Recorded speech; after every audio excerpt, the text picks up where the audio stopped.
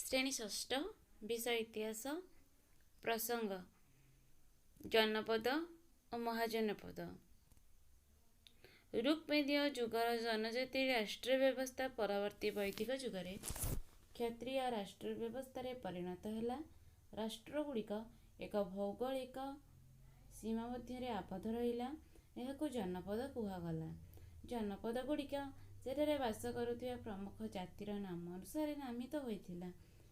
ऋग्वेदीय जुगरे राष्ट्रर मुख्य को राजन कहुला। एही पद वंशानुक्रमिक थिला। तांकर क्षमता सीमित थिला।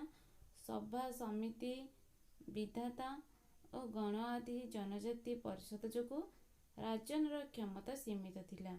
परवर्ती वैदिक जुगरे सेही परिषद गुड़िकार गुरुत्व कमी जिबारु राजन शक्ति वृद्धि पाइला।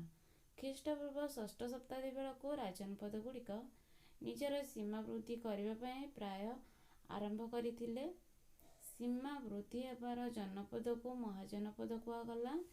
बौद्ध ग्रंथरु ख्रीष्टपूर्व 600 शताब्दी बेलू उत्तर भारत में 16टी महाजनपद थिबार सूचना मिले।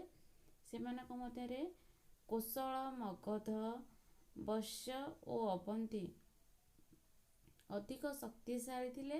या छड़ा सेतेबेले केतेक गण राज्य मध्य थिला।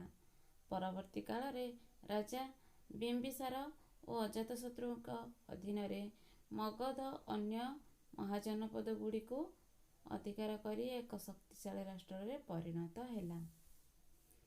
तेबे आमे एही कालांशट रे जानिले ऋग्वेदीय जुगर जनजाति राष्ट्र व्यवस्था परवर्ती वैदिक जुगरे क्षत्रिय राष्ट्र व्यवस्था रे परिणत हैला एवं से राष्ट्र गुड़िक एक भौगोलिक सीमा मध्य आबद्ध रहिला। ताकू जनपद कहगला। ठीक सेमिति राजन कहउतला। ऋग्वेदीय जुगरे राष्ट्र मुख्य को राजन कहउतला एवं सेही पदटी वंशानुक्रमिक थिला। ठीक अछि। आ गण तांकर क्षमता सीमित थिला। सभा समिति विधाता और गण आदि जनजाति परिषद जोगु राजनर क्षमता सीमित थिला। ठीक सेमिति महाजनपद काहाकु कहगला। सीमा वृद्धि होबार जनपद को महाजनपद कहगला। जेमती ख्रीष्टपूर्व षष्ठ शताब्दी बेलू जनपद गुड़िक निजर सीमा वृद्धि करने प्रयास आरंभ करथिले। सीमा वृद्धि होइथिबा जनपद को महाजनपद कहगला।